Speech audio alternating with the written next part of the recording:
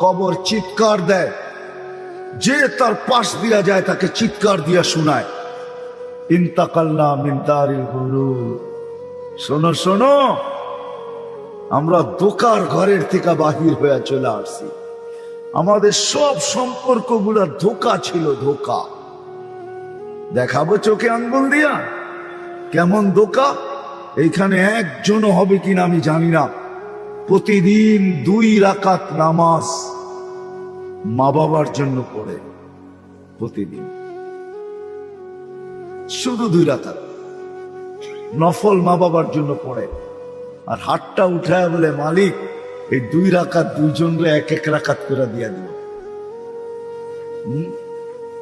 পড়ি তাইলে দোকানা তো কি, বাপের সব রেখা দিলাম, গায়ের কাপড়টা পর্যন্ত খুইলা রেখা দিলাম, সস্তা কাপড়ে পেঁচায়া নিজের সবচেয়ে বড় দায়িত্ব মনে করে কবরে ঢুকায়া দিলাম। আজ পর্যন্ত 2 রাকাত নামাজে অভ্যস্ত হইলাম না। শুধু 2 রাকাত নামাজ, 2 রাকাত, বেশি না। একজনও এখানে অভ্যস্ত নাই যে ডেলি আমি 2 টাকা মা বাবার নামে সদকা করি, ডেলি, পার ডে। এটা আমার নিয়ম, আমার অভ্যাস। 1 টাকা মা, 1 টাকা বাবা, ডেলি 2 টাকা দেই, 2 টাকা। একজনও হাত উঠাইতে পারবেন? তাহলে আলী রাদিয়াল্লাহু তাআলা আনহুর কথা সত্য, আলী রাদিয়াল্লাহু তাআলা আনহুর কথা সত্য, এটাই চির সত্য। কবরের চিৎকারই সত্য, ইন্তাকালনা মিন দারিল গুরুর। সম্পর্কগুলা সব ধোঁকা ছিল, এই ঘরটাই ধোঁকা। কবরে দিয়ে আসতে দেরি, আমাদেরকে বলতে দেরি করে না, ইলা দারিল গুরাবা।